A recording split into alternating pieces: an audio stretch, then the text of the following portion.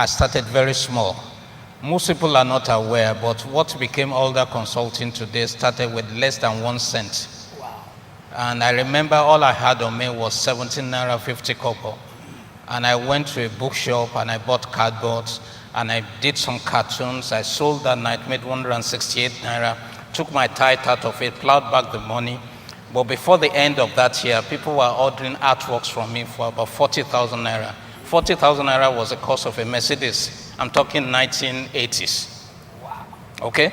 And my first major break was consulting for a cellular phone company that has 0 sales. And I produced a 3-page document for them. And they went from 0 to 100 million naira within 6 months.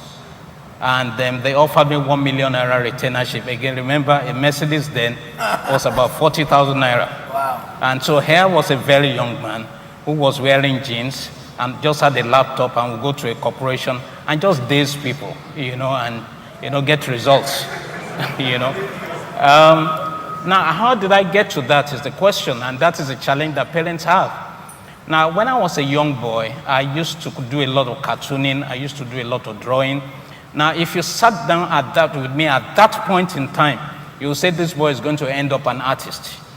And that's the mistake we make. We make a mechanical progression of the giftings of God instead of a conceptual progression of the giftings of God.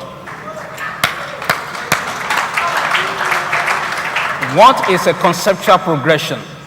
What was being displayed at that point in time was creativity. The application was drawing.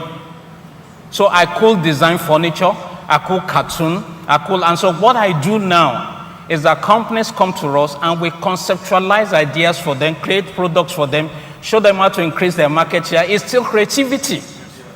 So parents, if you see your child drawing, that is not where he is going. That is the application in which he could handle at that point in time. Allow him to be. That guy is the same thing Joseph had. He could create nations. He could conceptualize economies. Creativity knows no bounds. And the first introduction of the creative genius in the Bible, Jesus, is creativity. In the beginning, God created. So never ever deny your children creativity. Allow them to think. Allow them to read. I said something. I said you have to be the total man. You have to be the Renaissance man. The problem with Christians, and it's a shame, is the fact that they limit themselves to what they read. You are supposed to understand philosophy. You are supposed to understand economics. You are supposed to understand the humanities. All those things. When I was in university, I read law. All those gifts. I was cartooning in school. I was doing art exhibit. But I remember anytime exams were approaching, I got bored easily. So I would go to the library and start studying biology and start studying science. You have to be like that. It's because you don't believe enough in yourself. To understand Genesis chapter 1 in the last 5 years, I've studied cosmology, I studied quantum physics for 2 years, just trying to understand Genesis chapter 1. You have to be like that. You have to pass that on to your children, to love knowledge for the sake of knowledge, to love the logos for the sake of the logos. One more point. When I was in university, I became a Christian, and I was quite disappointed at the standards of branding standards of Christians on campus concerning Jesus Christ. So I would take my money over the vacation, do beautiful banners for Jesus that look like the standard of Coca-Cola, put them all over the campus. Little did I ever know that when I was branding Jesus, I would become a brand consultant.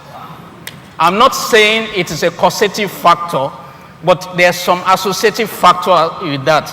In other words, what you do, what you are going to become, you're already doing. It's just that you don't know how to configure it.